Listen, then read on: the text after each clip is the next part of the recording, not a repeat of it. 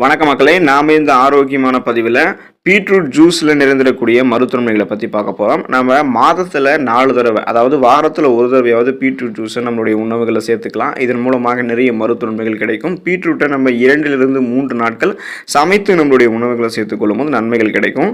பீட்ரூட்டை மற்ற சமயங்களில் சாப்பிடுவதை விடவும் குளிர்காலங்களில் அதிகமாக எடுத்துக்கொள்ள வேண்டியது அவசியம். பீட்ரூட் ரத்தத்தை அதிக அளவில் உற்பத்தி செய்யக்கூடும் அப்படின்றது நமக்கு தெரியும். ஆனால் ரத்தத்தில் இருக்கக்கூடிய கிருமிகளையுமே இந்த பீட்ரூட் தான் நமக்கு வெளியேற்றுதுன்றது தெரிஞ்சுக்கோங்க.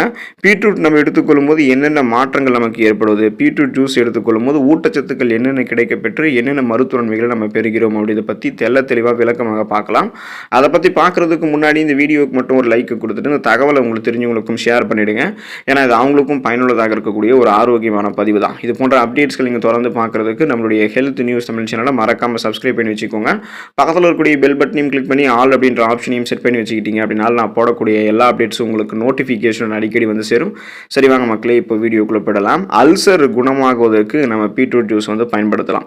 காரமான உணவுகள் அதிகமாக எடுத்துக்கொண்டாலோ அல்லது முறையான வாழ்க்கை முறையை பின்பற்றாமல் இருப்பவர்களுக்கெல்லாம், காலை உணவை சாப்பிடாமல் தவிர்ப்பவர்களுக்கெல்லாம் அல்சர் ஏற்படக்கூடிய வாய்ப்பு அதிகம். ஸோ அப்போ என்ன பண்ணுவாங்க அப்படின்னா, பசி எடுக்கக்கூடிய நேரங்களில் சரியாக சாப்பிடாமல் விட்டுருவாங்க. காலை உணவுகளை சாப்பிடாமல் விட்டுருவாங்க. காரசாரமான உணவுகளை சாப்பிடுவாங்க. இவங்களுக்கு எல்லாமே அல்சர் என்று சொல்லக்கூடிய அந்த குடல் புண் பிரச்சனை ஏற்படும். அப்படி அல்சரால் அவதிப்படுபவர்கள் பீட்ரூட்டை தங்களுடைய உணவுகளில் அதிகமாக எடுத்துக்கொள்ளலாம். தொடர்ந்து நீங்கள் பீட்ரூட் சாப்பிடணும் அப்படின்றது அவசியம் இல்லை. வாரத்தில் 3 நாட்கள் பீட்ரூட்டை நீங்கள் எடுத்துக்கலாம். இல்லைனா பீட்ரூட் ஜூஸில் வாரத்தில் ஒரு தடவை நீங்கள் அது கூட சிறிது தேன் கலந்து காலையில் வெறும் வயிற்றில் எடுத்துக்கொள்ளும் போது அல்சர் உங்களுக்கு விரைவில் குணமாகும். ஸோ அல்சர் க்யூர் பண்ணுறது ரொம்ப ரொம்ப அவசியம். அதனால் நீங்கள் காலையில் எப்போதுமே உணவுகளை தவிர்க்காமல் சாப்பிட்டுடுங்க. காரசாரமான உணவுகளை சாப்பிட்றது கொஞ்ச நாளுக்கு அல்சர் க்யூர் ஆகிற வரைக்கும் சாப்பிடாமல் இருக்கிறது உங்களுக்கு நல்லது தான். அல்லது நீங்கள் முற்றிலுமே காரசாரமான உணவுகளை இதுக்கப்புறமும் சாப்பிடாமல் இருக்கிறதும் நல்லது தான்.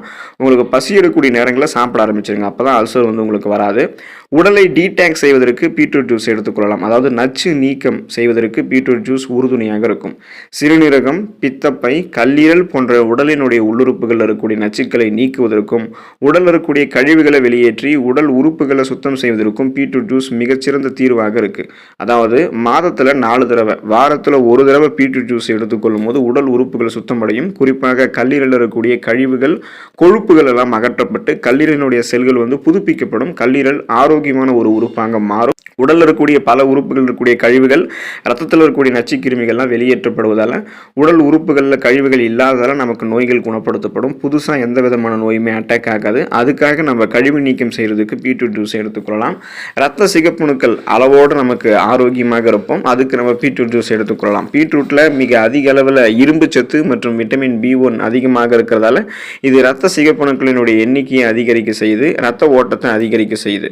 பீட்ரூட் ஜூஸில் சிறிதளவு எலுமிச்சை ஜூஸ் நம்ம கலந்து குடிக்கலாம். இதுக்கான டேஸ்ட்டும் கூட ஆரம்பிக்கும். பச்சையாக நம்ம பீட்ரூட்டை மெல்லிய துண்டுகளாக நறுக்கியும் அதில் நம்ம எலுமிச்சை ஜூஸ் தொட்டும் சாப்பிடலாம். ஸோ இந்த மாதிரி எடுத்துக்கிட்டோம் அப்படின்னா நமக்கு மருத்துவன்மைகள் கிடைக்க ஆரம்பிக்கும். குறிப்பாக ரத்த சிகப்பு அணுக்கள் நம்மளுடைய உடலில் கரெக்டான அளவில் இருக்கும். அப்போ ரெட் பிளட் செல்ஸ் கரெக்டான அளவில் இருக்கிறதால ரத்த புரதமான ஹீமோகுளோபினோட லெவலும் கரெக்டான இருக்கிறதால நமக்கு என்ன பண்ணணும் அப்படின்னா, இந்த ஹீமோகுளோபின் உடல் உறுப்புகள் அனைத்து பாகங்களுக்கும் ஆக்சிஜனை கடத்தி செல்லும். சுறுசுறுப்பாக இருப்போம்.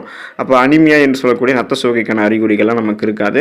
தீக்காயம் சரியாகுவதற்கு பீட்ரூட் ஜூஸை நம்ம பயன்படுத்தலாம். முதலுதவி சிகிச்சையாக பயன்படுத்தலாம். சருமத்தில் தீக்காயங்கள் ஏதேனும் ஏற்பட்டால் சருமத்தில் புண், கொப்புளங்கள் ஆகியவையெல்லாம் உண்டாகும்.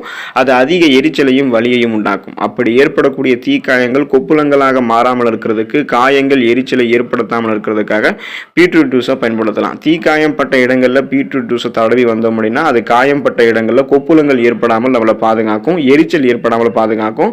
ஸோ அப்போ நம்ம உடனே மருத்துவ சிகிச்சை பண்ணிடலாம். ஓரளவுக்கு அந்த இன்ஃபெக்ஷன்ஸ் எதுவும் ஏற்படாமல், எரிச்சல் கொப்புளங்கள் ஏற்படாமல் பாதுகாக்கிறதுக்காக முதலுதவியாக பீட்ரூட் ஜூஸை தீக்காயங்கள் பட்ட இடத்துல அப்ளை பண்ணலாம். அலர்ச்சி எதிர்ப்பு பண்புகள் நமக்கு இருக்கணும் அப்படின்னா நம்ம பீட்ரூட் ஜூஸ் எடுத்துக்கலாம். ஸோ நாள்பட்ட நோய்களை எதிர்த்து போராடுவதற்கு ஆன்டி இன்ஃப்ளமேட்டரி ப்ராப்பர்ட்டிஸ் வேணும்.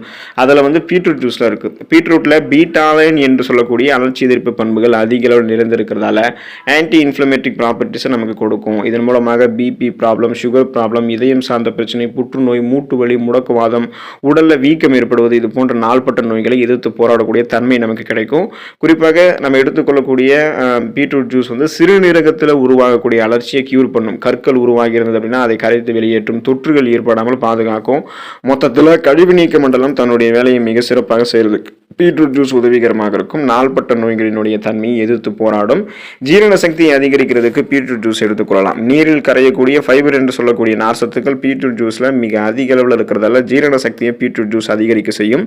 வளர்ச்சிதை மாற்றம், அந்த மெட்டபாலிசத்தை வந்து நமக்கு அதிகரிக்க செய்யும். பெருங்குடல் நீரை உறிஞ்சாமல் நமக்கு பாதுகாத்து கொண்டு பெருங்குடலை சுத்தமாக வைத்திருக்கிறதுக்கு பீட்ரூட் ஜூஸ் உதவிகரமாக இருக்கிறதால எந்த விதமான செரிமானம் சார்ந்த பிரச்சனையுமே இருக்காது. வயிற்று வலி, வயிற்று உப்புசம், வாயு பிரச்சனை, வயிற்று பொறுமல், வயிற்று போக்கு, சீரற்ற குடல் இயக்கம், கடுமையான மலச்சிக்கல், அஜீரணம், அமிலத்தன்மை, இந்த மாதிரி பிரச்சனை எதுவுமே நமக்கு வந்து இருக்காது. பீட்ரூட் ஜூஸ் என்னதான் நிறைய மருத்துவமைகளை கொண்டிருந்தாலும் ஒரு சில பக்க விளைவுகளையும் கொடுக்கக்கூடியதாக தான் இருக்கு. பீட்ரூட் நம்ம அளவுக்கு அதிகமாக எடுத்துக்கொள்ளும் போது தான் இந்த பக்க விளைவுகள் ஏற்படும்.